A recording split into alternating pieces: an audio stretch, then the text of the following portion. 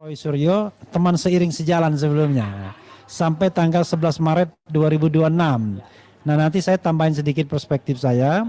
Nah, sebagai latar belakang, saya mulai begini, Mas Roy sama Pak Ugro. Jadi, kalau kita lihat pasal 361 huruf A, Undang-Undang Nomor 25 Tahun 2023 tentang KUHP, Kitab Undang-Undang Hukum Acara Pidana, itu dikatakan bahwa kalau kasus itu sudah masuk tahap penyidikan dan penuntutan, ini kan kita penyidikan, maka menggunakan KUHP yang lama, yaitu Undang-Undang 8 1981.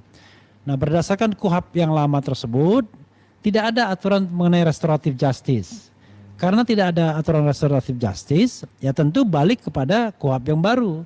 Tidak boleh diturunkan pada peraturan di bawah undang-undang, karena tidak apple to apple, tidak sejajar berdasarkan teori jenjang peraturan perundang-undangan, Steubenville teori. Karena itu kalau kita pakai yang baru, maka ada pasal 79, 80, 81, 82, 83 Undang-Undang Nomor 25 Tahun 2023 tentang KUHP itu.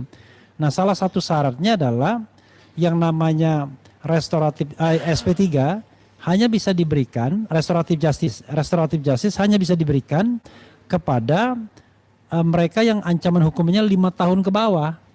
Tapi kalau di atas 5 tahun tidak bisa. Itu sangat jelas.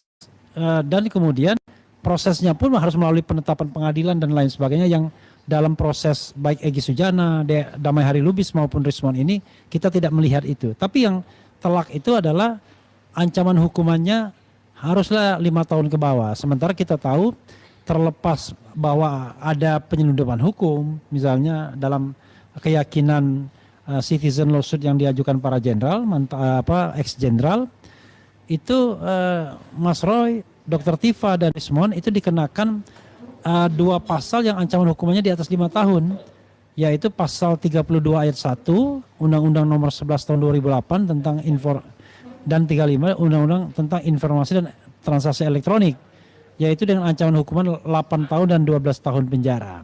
Maka saya katakan berdasarkan legal perspektif ANSI, ya memang harusnya Rismon tidak bisa mendapatkan RJ itu, restoratif justice itu. Apalagi di situ dikatakan RJ itu harus diperoleh tidak dengan intimidasi, tidak dengan macam-macam lah.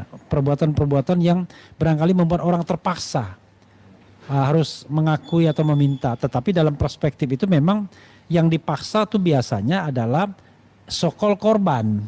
Ini kok yang dipaksa pelaku. Kan biasanya kan tergantung korbannya.